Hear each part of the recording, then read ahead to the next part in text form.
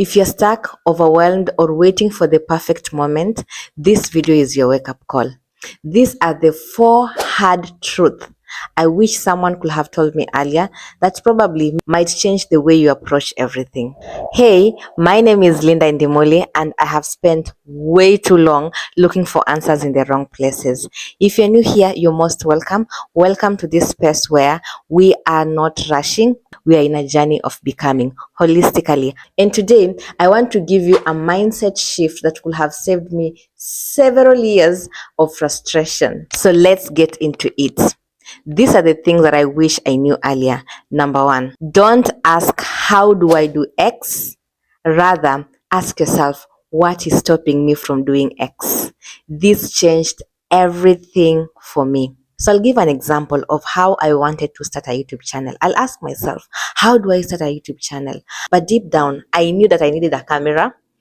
However the camera looks like, if it's a phone camera or a normal camera, I knew I needed a camera. I needed to hit that record button, and I also needed to upload the video. You know the way we search on social media, on Google, how do I get a man? How do I get married? How do I lose weight? How do I start a YouTube channel? How do I get a job? Like, we focus on how. And if it's a fitness goal that you want, you know that you need to exercise or watch how you eat. We all know, but we search for the wrong questions. And after looking at it deeply, I figured out that all I was asking deeply inside of me is, how will people see me? What if people judge me? How will people think of me? Will people like my videos? Will people like my conversation? That is exactly what I was asking, because if it is to start, I knew what I needed to do. But deep down, I was hiding the kind of question that I had, the fear in me that was going on, through asking how to start a YouTube channel. But really, that wasn't the question that was in my mind. The question that was in my mind is how people will perceive me when they see my video. Will they like it? Will they subscribe? Will they support me? And all that kind of stuff. And that's how we ask the wrong question every single time we want to do something. What I'm trying to say is, asking how is mostly coming from a place of fear.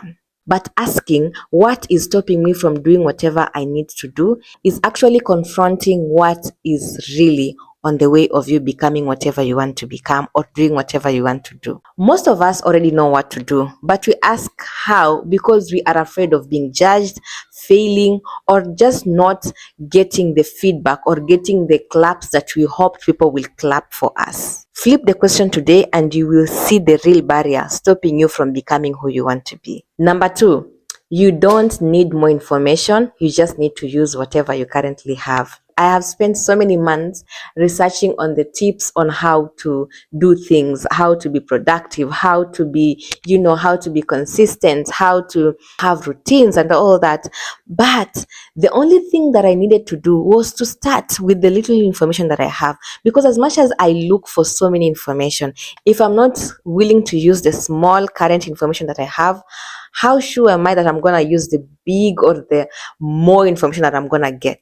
Ask yourself this question: how many advice has your parents given you? Has your teachers given you from the time that you are in primary school or in junior schools or wherever school that you are in? How many times have you received advices from your friends? How many times have you received advices from random people? Have you ever sat down and thought about the kind of advices your mother gave you, and if you use them until today? It's high time you sit down, you reflect, and start using the information that you currently have. It's like buying 20 recipe books and never cooking.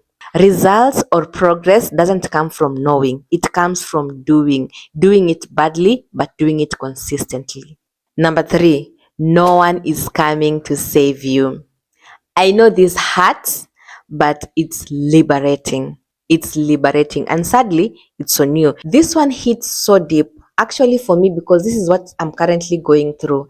I'm in a place where I'm starting to learn that nobody is coming to save me. We grow up in a mentality where we constantly need validation and we need permission from other people. And that's something that has really disturbed me for a very long time. I will want to do something, but then I will not trust myself. I'm just like, what if so and so don't like it? Like, I need the permission from the other person. Even you having a mentor is not going to save you. It is you you saving yourself. That is the hardest reality. Even if you have so many people who love you and who are in support of you, they will never save you if you don't save yourself first. Once I got to understand that, I changed my perspective, and now I'm not waiting for anyone to build. I am gonna build whatever I need to build, either people are clapping for me or not, because this is my choice. And the last one, life is 30% what happens and 70% how you react. Things will go wrong, that's a guarantee. But your reaction will change literally everything and will change the entire story. Choosing to respond or not respond, choosing to react or not reacting, choosing to answer and not answering, choosing to be aware or not aware, choosing to cry or not to cry, choosing to stand or not to stand changes everything. Someone decides to insult you. How you're going to react to it changes everything. Someone decides to hate you for no reason. How you're going to react to it changes everything. Someone decides to backbite you. How you're going to react to it changes everything. You lose your job. How you're going to react to it changes everything. You get a new job. How you're going to react to it changes everything. Whether it's a positive thing or a negative thing, how you react to it will change everything. For example, if you get a job, if you get a promotion right now, that means that life has happened to you. It's only 30%, but your reaction in that job will determine if you're going to stay in that job or not. I used to get really frustrated when things didn't go my way. I don't know why. Because you know what? I was just like, why is life doing this to me? And why am I going through the things that I'm going through? But really, how I perceived that is what I really saw. And different from now, when something happens to me, I ask myself these two questions. Number one, am I in control of that thing? Number two, what is that teaching me in this moment, in this season? What am I getting? What am I being taught? What is the lesson, and how can I move past that lesson? And how can I take some of the lesson that I've learned here to the next season? So whatever outcome that happens in your life, how you respond to it will give a big perspective on how that result is gonna come out. If this video spoke to you and you're ready to take responsibility, then most probably this video is for you.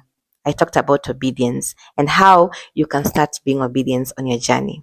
And remember, you don't need more inspiration, you only need to start moving. Thank you for watching my video, and I hope to be seeing you on the next episode. Bye bye.